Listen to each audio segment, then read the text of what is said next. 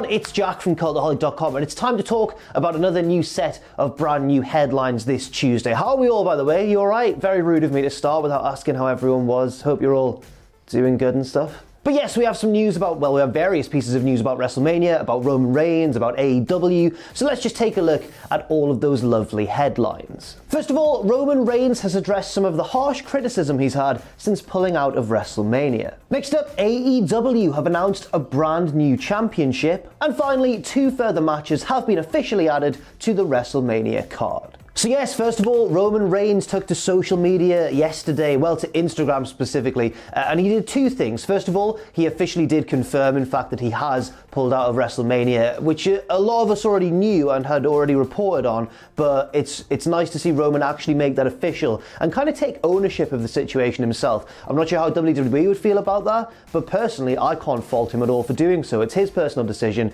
He's come out and said it himself. Fair play. But yes, he did 2 things. First of all, he officially confirmed that he's pulled out of that match with Goldberg, yes, as I said. But secondly, he addressed some of the criticism that he'd had since that decision was revealed, or was rumoured, I guess, in kind of the online media circles. But I think that I hadn't really understood the extent to which some of this criticism was aimed at Roman, and some of the examples that we've seen online recently have been very unfair and I think in quite bad taste, really. But first of all, let's just take a look at what Roman himself said. He said, "You already know what's going on. It's all over the news, the dirt sheets, whatever you want to call them, that I pulled out of WrestleMania." He goes on, and it's funny because for years, people have been like, "Don't show up to WrestleMania. We don't want you in it. Do you know what I mean?" There's a handful of dudes and haters that don't want me there, but the moment I make a choice for me and my family, I'm a coward, I'm a sissy. And at this point I was like, really, are people saying that about him? Because I hadn't actually seen any of the criticism at this stage, but yeah, it turns out it's out there. We'll take a look in just a second. But Roman would continue, "You don't know the whole story, all you know is what you think. Oh well, his health and this and that, but you don't know," as if that wasn't already a very valid reason. But he goes on, "Oh well, his health and this and that, but you don't know what else is going on in my life. You don't know if I have newborns, you don't know if I have family in my household, older family members, that sort of thing." So yeah, as I mentioned, I was confused about this criticism because as far as I'd been concerned, it was more just a case of Roman Reigns has pulled out of WrestleMania, he has a compromised immune system, he shouldn't be around too many people at this time with the whole global pandemic going on and everything, and it just made total sense to me. Why wouldn't you pull out? Surely there's more important things in life than wrestling, and one of those is absolutely 100% your own personal health. But unfortunately, there were critics of Roman for this decision. We're going to keep the names of these social media accounts that we're reading this from, anonymous in case it's kids and stuff, but a lot of them seem to be quite mature opinions, just very wrong opinions as well. We'll start off with, Roman Reigns is not the face of the company. The face of the company is the man that steps up when things are bad, like Undertaker, Triple H and John Cena, not the man that as soon as S goes down, runs. Which is obviously a completely unfounded criticism, but again, there seems to be quite a theme. There's a lot of accusations of cowardice from Roman Reigns in these posts and tweets. A lot of the P word is used, which I can't say because this video will go, but people have said things like, "So Roman Reigns doesn't want to compete at a WrestleMania with no fans, but it's okay for everyone else to. Just cancel the show if main event is going to be a P word." Now, it just seems to me very, very short-sighted, damagingly so, to suggest that Roman isn't competing at this WrestleMania because there's no fans there and he wants all of the glory. He's had so many WrestleMania moments already. He's been a multiple-time champion, and even if he hadn't, I really don't think that would matter. He seems like a guy who is really, really committed to WWE specifically, and I just think that these are, I think basically what's happened here is a lot of people hate Roman already, and this is just quite a convenient excuse to channel some of that hatred into what they see as a valid argument, but which I really don't see that way at all. But on a more positive note, Roman did end the video by calling for everybody to be nice to each other and respect each other in these trying times, which of course we echo those sentiments ourselves,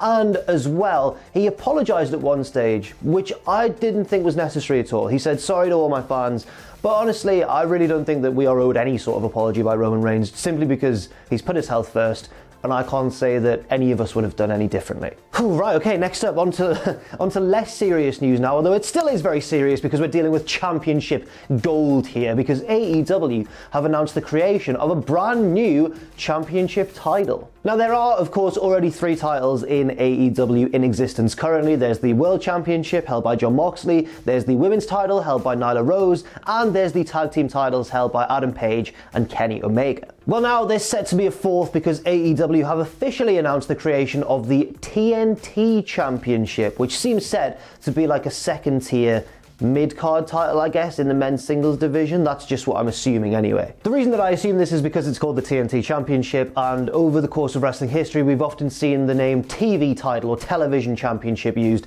to describe those secondary tier titles. Obviously not in WWE, where we had the likes of the Intercontinental title and the United States title later on in its history more recently, but in other promotions the TV title is often what's used to denote kind of a secondary title, often in the men's singles division, so I can't see why that would be any different here, although that does remain to be seen. Maybe they'll surprise everybody and just bust an intergender belt out of nowhere. Not just that, but AEW have also announced a tournament, a TNT Championship tournament, to crown the inaugural champion. 8 wrestlers will be in the tournament. I believe the brackets are going to be announced this week on Dynamite, and then the tournament itself will start next week. And the plan is for it all to hopefully culminate at the Double or Nothing pay-per-view. However, given ongoing global circumstances, I don't know what's going to happen to Double or Nothing, so we'll have to keep an eye on that. But for now, the plan is this week, I believe, brackets revealed. Next week, the tournament begins, and it'll all culminate with the final at Double or Nothing. Tony Khan has also spoken on this, saying it's been a privilege working with Kevin Riley and TNT to bring fans to the best live wrestling show week after week on AEW Dynamite, especially during these tumultuous times. He continues, I'm glad we are now able to announce the TNT Championship. The first ever title holder will be determined by an unforgettable tournament that fans will not want to miss,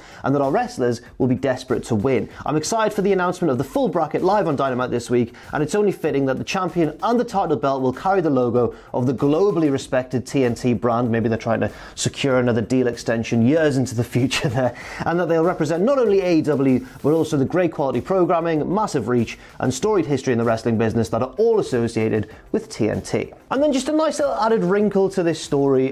Gregory Helms spoke up on Twitter, the Hurricane, what's up with that and all that jazz. Gregory Helms said that he once wanted to name a title after a TV network. He said, I once asked Vincent VKM, Vincent Kennedy McMahon, if I could refer to the Cruiserweight Championship as the CW Championship since we were on the CW network. He just looked at me and said, why would you do that? And I replied, I guess I wouldn't.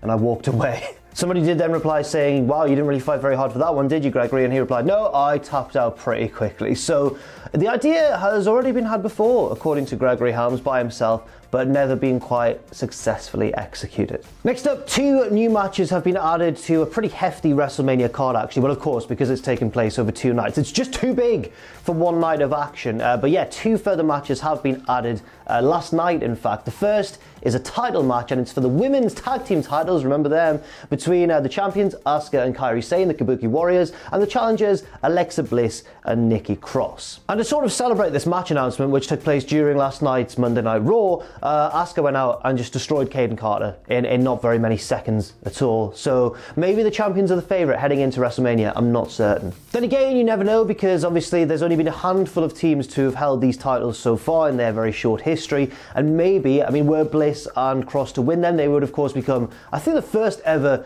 2-time holders of that title. So maybe the challengers would win. I don't know, it's quite a hard one to call, but a lot of these Mania matches, especially the lower card ones, are really hard to call just because they've had no proper build essentially, which again isn't WWE's fault, it's just the hand they've been dealt. And the other match that was announced yesterday was one which a lot of us assumed had already officially been added to the WrestleMania card, but now it's official. It's Otis taking on Dolph Ziggler in singles action, and I don't know if my heart can take it. And because there's no stipulations to report and nothing like added to the match or anything, there's no weapons involved or anything like that, I just looked on the website, I looked on WWE.com's official preview of this match to see what they said about it, to give me some content for this item of the news video. And they said, win, lose or draw, will Otis get the storybook ending and win Mandy's heart, or will the show-off continue to have the upper hand on his nemesis? And reading that, if WWE was a normal medium, Otis would win 100 times out of 100, but it's Vince McMahon, and Otis isn't the hero in this story, so let's all just bear that in mind. As well as adding 2 new matches to WrestleMania, WWE have also tweaked one. They've tweaked one slightly. They've pulled one competitor out and replaced him with another competitor. And again, this is a change that was kind of made known last week via various reports from various different news sources, but at the same time, it's now been officially confirmed last night on Raw. Yes, that's right. Last night, Zelina Vega came out and revealed that the US champion Andrade is injured, and he's been replaced by NXT's Austin Theory. Now, Austin Theory, I was about to say he's a very unproven prospect, but that's not true at all. It's just true in the WWE sphere, because outside of WWE, everyone's been talking about how Austin Theory is the next big thing. He looks like a WWE superstar. He acts like one. He's just got this presence about him. He's kind of like Randy Orton, the whole cliche of like, if you built a superstar from the ground up, well, he'd look like Austin Theory. He was tearing it up for places like Evolve, where he was the champion for quite a while, but since moving to NXT, he hasn't really... Theory's been getting beaten here once or twice, and I think they're showing that he's really cocky and that he's not going to get the wins that he thinks he'll just naturally be able to get over his opponents.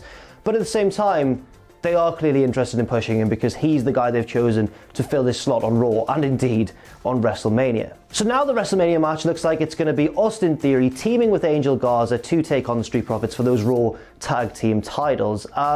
What a story for Austin Theory, you know? I mean, he's not been in NXT very long. Yes, he was Evolve champion, but he's just rocketed. I mean, the speed with which he has appeared on his first ever WrestleMania is quite something to behold. Yes, obviously it's because of wider circumstances, but you can't deny how impressive that is regardless, I think. So that is the latest of a bevy of changes that have been made to this WrestleMania card. Obviously Roman Reigns has been pulled out, obviously The Miz also has been pulled out, so it just kind of remains to be seen whether anything else will be revealed, because WrestleMania has already been taped, but obviously they're keeping quite tight-lipped about all the goings-on that happened at those tapings, because they don't want results to leak, which is totally understandable. However, it remains to be seen whether anything else will come out before Saturday and Sunday's event. So that was the news for today. Thank you very much for watching. I'll give you a match recommendation, because on Raw last night, I got a horrible sense that AJ Styles is going to get utterly destroyed and squiggity squashed by The Undertaker at WrestleMania. So, in celebration of AJ Styles and in a sort of preemptive commiseration of his loss,